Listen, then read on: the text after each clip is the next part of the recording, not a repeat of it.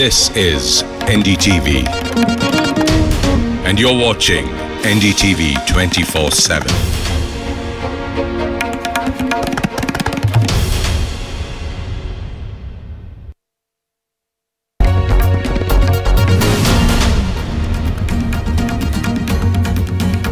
Good evening, you're watching NDTV with me, Rishika Barua. This is a show where we take your questions on the coronavirus.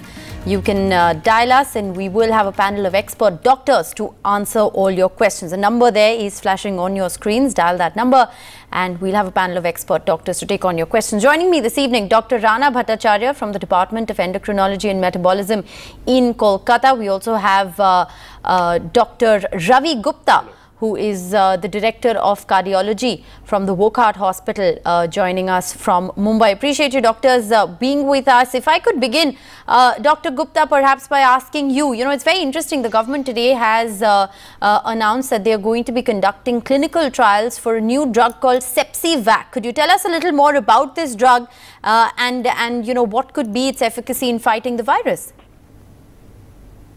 Yeah, it's a very recent date actually. CSIR has started a trial on this drug, and we are very optimistic about the drug. But the issue is right now we have very limited data and very long way to ascertain that whether this drug is going to be all the way helpful or not. Right. All right. If I could ask you, Dr. Bhattacharya, a little more about this drug. What is this drug used to treat? What we've been told. What we've been told essentially is that this is a drug that is used already, for patients who are suffering from sepsis. So is it, is it then used, for, how will it then be used for coronavirus? Could you tell us a little more about the drug? Yeah, let me admit first that I'm an endocrinologist, so I mainly deal with diabetes and other hormone-related problems. I'm no expert in this particular field, maybe. But however, as far as my knowledge goes, it's a drug that acts against the body reaction to a particular microbe. That may include a bacteria or virus. We call this sepsis when it goes, unregulated. So these kind of drug actually help to regulate the immune system. Right. All right. So very interesting, because what we've been, so far told and what is so far known about this clinical trial and the research also, Dr. Bhattacharya, is that, it could just perhaps reduce the chances of mortality in critically ill patients. So that's essentially the idea. Is that very similar to what happens in patients who suffer sepsis as well? Yes, absolutely. That's true. All right. So, of course, there are multiple different drugs that are being, talked about. There has been a lot that's been said about hydroxychloroquine as well, to be used as a preventive. If I could just ask you, Dr. Gupta, once again, hydroxychloroquine and the efficacy of hydroxychloroquine, we know it's being given to frontline workers as a preventive measure. How does that work? This medicine was actually has been used and is still in use for malaria primarily. And there was a very small trial which has shown the use of hydroxychloroquine for treatment as well as for prophylaxis. So it is very clear, because now we need to educate the people that hydroxychloroquine is not for the normal people. That is very clear, because it is creating shortage of the drug in the market. So we need to tell them that this drug is indicated only for those healthcare workers dealing directly with COVID-19 patients. Right. And another issue, those who are living in direct, like the caretakers of those who have positive patients in their home. So this is the only two indications of this drug. Right. And the mechanism of this drug is actually not known. So we really don't know that how this drug is helping in those patients. All right. Our first caller, Farooq, is on the phone line from Kulgam. Go ahead. Okay, Farooq. My question is about gargling. When we gargle with salt water. Okay. Okay. Can you hear me? Yes, we can hear you. Go ahead. Yes. When we gargle with salt water, I think it clears our air passage. Does it not increase the chance of virus to get in? Does it not increase the chance of the virus to get in? Dr. Bhattacharya, would you like to take that on?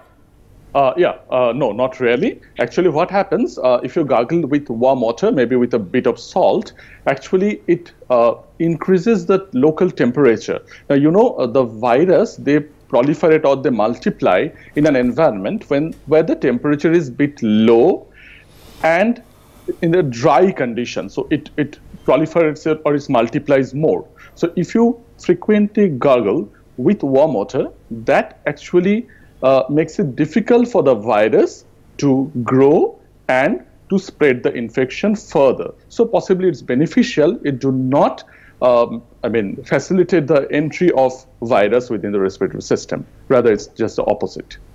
All right. So a lot of questions there on, what kind of home remedies. Dr. Gupta, any other kind of, home remedies that one can do? We know that drinking hot water is something which is advisable. But what else can one do in order to just boost immunity or make sure that you're protected against, the infection? Yeah, there are 2-3 things which we should tell all our viewers. One is the gargles which Joanna told us. And another thing that you can use any mouthwash which you used to take for your routine habit, anything which contains hydroxide or any drug which is like betadine based, because betadine gargles are also very effective. Right. Betadine is a very good virucidal. So these are the two things which are helpful, because the virus, when it is stuck up in the oropharynx, it stays there for 3-4 days. Right. So our whole idea of doing gargles is that we clear this virus from the oropharynx, and when it goes in the gut, the acidic juice is going to kill it. Right. Because HCl is there, so it will clear that. So, and long is also considered very, very effective measure for this. So although we don't have much data on that, but that is also required. All right, very interesting. So betadine gargles is something that is being recommended there. If you have any kind of a throat symptom, perhaps, the betadine gargle could help, because like the doctor explained, the virus does stay in the throat for 3 to 4 days before it, it does have the potential to then go into your lungs. Our next caller, Madhvi Manoj, is on the phone line from Hyderabad. Go ahead. Hello, doctor. Hello. Yeah, my question is, whether this virus can be transmitted in air-conditioned places? All right. Can the virus be transmitted in air-conditioned spaces, Dr. Bhattacharya? Yeah, of course it can. I mean, what happens? The virus transmits maximally in a closed space where there is no circulation. So that's the most dangerous situation. Where there is some kind of circulation, like air conditioning, possibly the risk is a bit lesser than that. But possibly it's better if all the windows are open and the room is well ventilated. That actually drives away the aerosols or droplets which is secreted when one person coughs. The air drives it away, and the viruses which resides in these droplets also driven away. So best thing is a well ventilated space with windows open. The next best option may be air conditioned area, and possibly worst for transmission, it's a closed area without any ventilation, where the chance of transmission is possibly highest. All right. So open spaces is where it is perhaps best. So try and keep your home or your rooms as ventilated as you can. Shankar, our next caller, is on the phone line from Chennai. Go ahead. Yeah, my question is, there are a lot of reports from Lancet and others on the use of certain hypertensive drugs for patients, namely telmisartans, olmesartans and all. I have people in my family suffering from hypertension. We are giving those drugs. Is it safe to carry on with those drugs? Because there are reports that it aggravates the infection. All right. Dr. Gupta, any do's and don'ts as far as these drugs are concerned? Yeah, this is a very good question, and actually I wanted to address this query because a lot of my patients are also on telmisartan and this group of families, that ARB. So this is a very good family, and initially there were few reports in which people suspected that ARB should not be given in patients who are having corona. But over the time, these reports have been rejected, And now I personally stopped initially few of my patients on ARB, but I found, few of them, they had some cough. So we thought that this may be because of ARB, and ARB can aggravate corona. But even after stopping ARB, it doesn't help. So Right. Okay. We seem to have had, a connection issue there, Doctor, with Dr. Ravi Gupta. But Dr. Bhattacharya, if I could ask you, are there any do's and don'ts that you tell your patients, when it comes to, say patients who are, who are taking specific medication for a long period of time? Are there any drugs that could adversely affect the coronavirus? Yes, from my aspect, I mainly, as I've said, I'm an endocrinologist, so yes. I treat a large number of diabetic patients. So from diabetes viewpoint, most of the drugs seems to be safe. Okay. But one class of drug that's called SGLT2 inhibitors, or in short, we call those flozins, like canagliflozin, dapagliflozin, or empagliflozin. If a patient have moderate to severe kind of illness with coronavirus, possibly it's better to stop the drug and contact his or her doctor. Possibly it's better to replace this drug with the other medicines, and if the infection is severe, then possibly go for insulin only. All right, very interesting. Our next caller, Roof, is on the phone line from Srinagar. Go ahead. Good evening, ma'am. Good evening. Go ahead. Yeah, ma'am, my question is, how is the coronavirus spread by infected people who have no symptoms? Sorry, how is the coronavirus passed on? Spread by infected people who have no symptoms. All right, infected people with no symptoms, asymptomatic patients. Dr. Gupta, we lost that line with you there, but asymptomatic patients has been a huge cause of worry. Yesterday, we saw the ICMR also come out and say that almost 80% of patients show mild or no symptoms whatsoever. How can they infect another person? Yeah, there are two things. One is the patient who are asymptomatic but still carrying virus in their throat.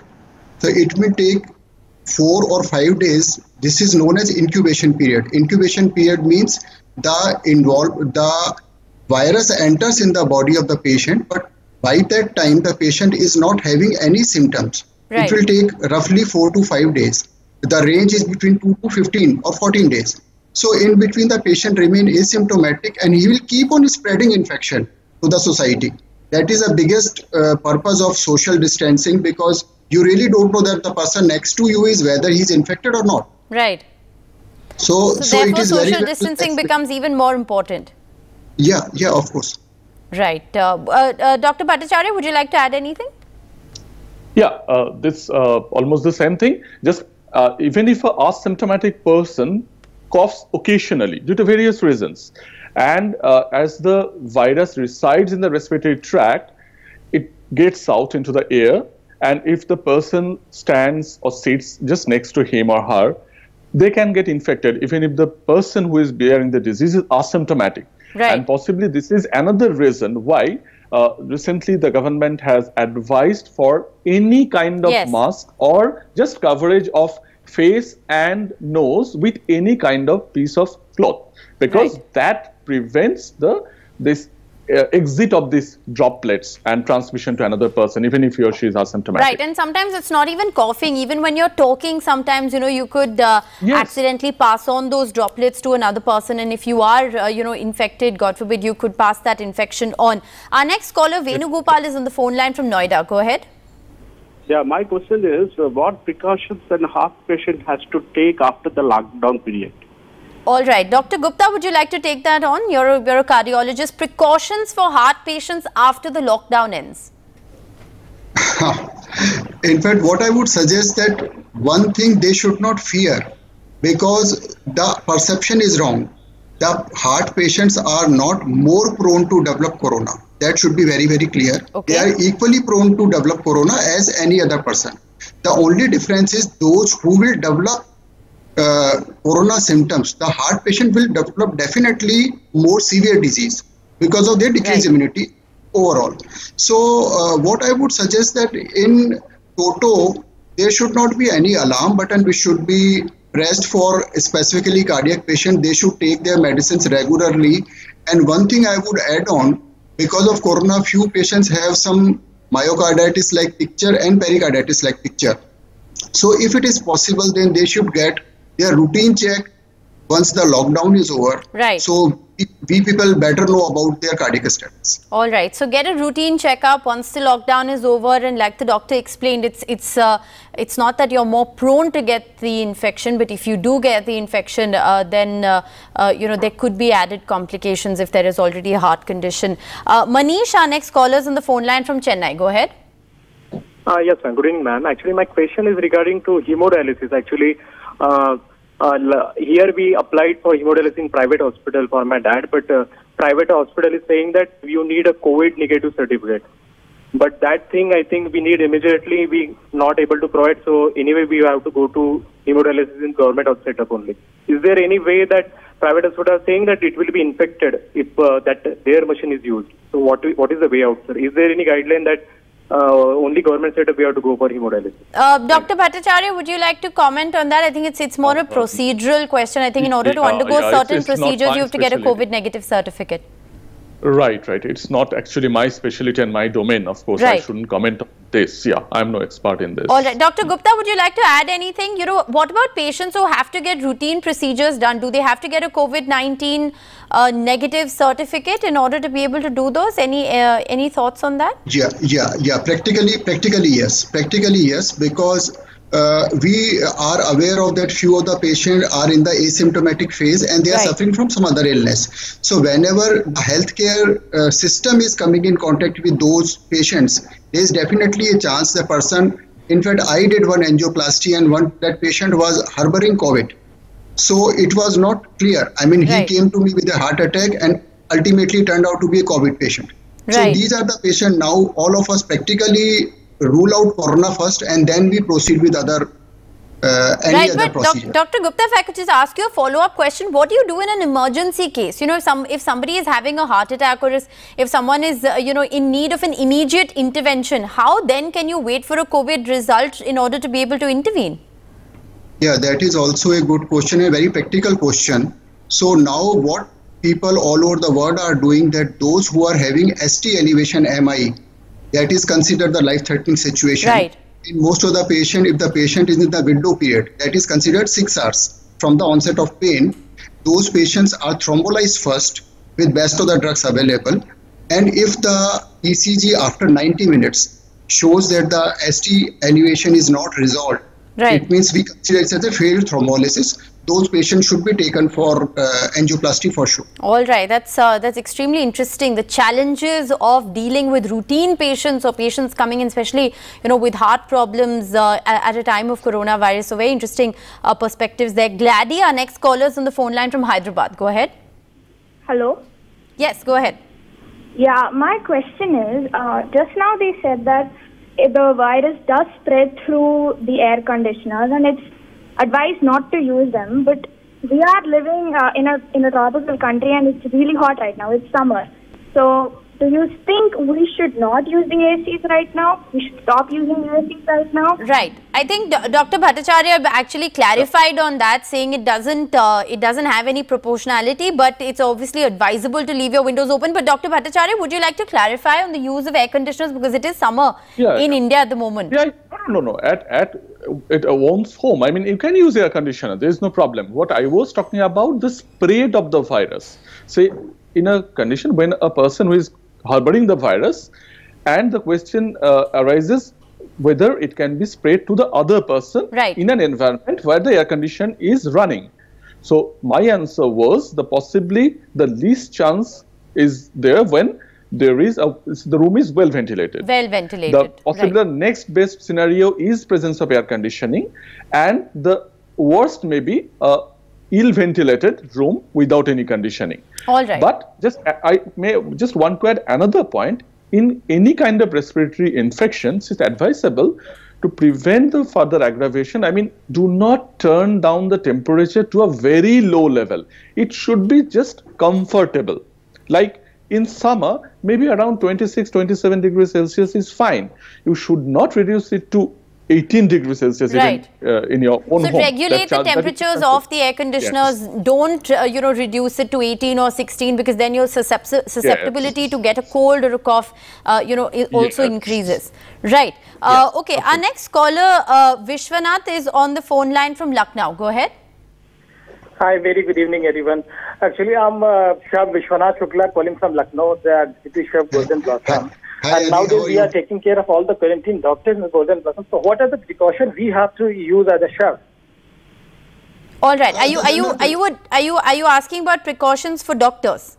For us as a chef, we are serving them. All the quarantine doctors are with us in the hotel. All right. As a chef, Dr. Gupta, would you like to clarify? What about those people who are coming in contact with health workers, people who are fighting on the front lines? Are there any precautions that they should take?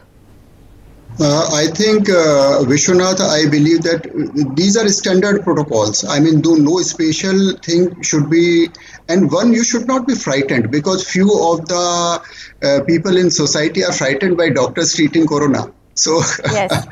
I believe we should take this message that you should treat them with the same hospitality, same love, and same care which you treat other people around. Right. I think, that has emerged as a very unfortunate story here is, the treatment that is being meted out to doctors. If anything, you should be awarded and rewarded just for the brevity of the work that you're carrying out in these undescribable times. So, I mean, it's extremely unfortunate. Dr. Bhattacharya, would you like to comment though on what about people who come in contact with health workers? I think there is a sense of insecurity among people who come in contact with health workers. What if what if you're a neighbor to a doctor? Are there any do's and don'ts? Would you like to shed some light on that? Yeah. I mean, the first thing is that if there is really a need to visit a doctor, you have to visit it. Yes. And then what you should do, I mean, the doctor and the patient both should use standard protocols. That means they should use standard masks that, as I've discussed just now.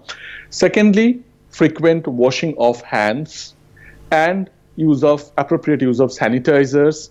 So standard things should do, and to keep as much distance as practicable for communications and as less time as possible. So the interaction should be as brief as possible. It's nothing special. It's just what is advised for the general public. It's similar when a person visits a healthcare provider. It's essentially the same set of precautions that should be exercised even if you're going to visit a doctor, or if you have a doctor who is in your neighborhood, or you're coming in contact with a doctor who's a friend or a relative. Sandeep Prajapati is calling us from Panvel. Go ahead. Yeah, good afternoon to all of you. Go ahead, sir. Yeah, my question is, madam, which kids are coming from China? How can I identify that those kids are without virus free? Any precaution from government side and doctors? How can I? Yeah. Dr. Gupta, would you like to take that on? There's apprehension about kids coming in from China. Of course, as patients, there's very little you can do to guard yourself. But what as a doctor would your opinion be? I would say that the question actually requires twofold answer.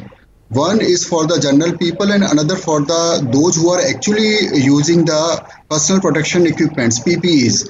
So what I would suggest that for general people, using a normal mask, even a homemade mask is good enough. And we should not think about China as a country or as a lay person. But about healthcare worker, there is one interesting thing which has come up to test the the adequacy of N95 mask and the PPE kits also. The 3M has produced a machine, a hardware, so they actually define that the N95 which we are using is actually giving you 100% protection or not. All right, I have time for one last call. Anil from Gurugram, if you could quickly ask your question. Yes. Doctor, can this virus survive on our hair and can cause damage subsequently? All right. Would any of you doctors like to talk about the virus and its whether it survives on hair? Yeah, I mean, see, if a person coughs or sneezes in your close vicinity who is carrying the virus, that droplet can get attached to any body surface, which also includes hair. So possibly it's better to have a habit of regularly washing your hair with shampoo or soap, whatever, regularly. Right. But particularly if you go out to a place where there is chance of contact with the other persons. All right.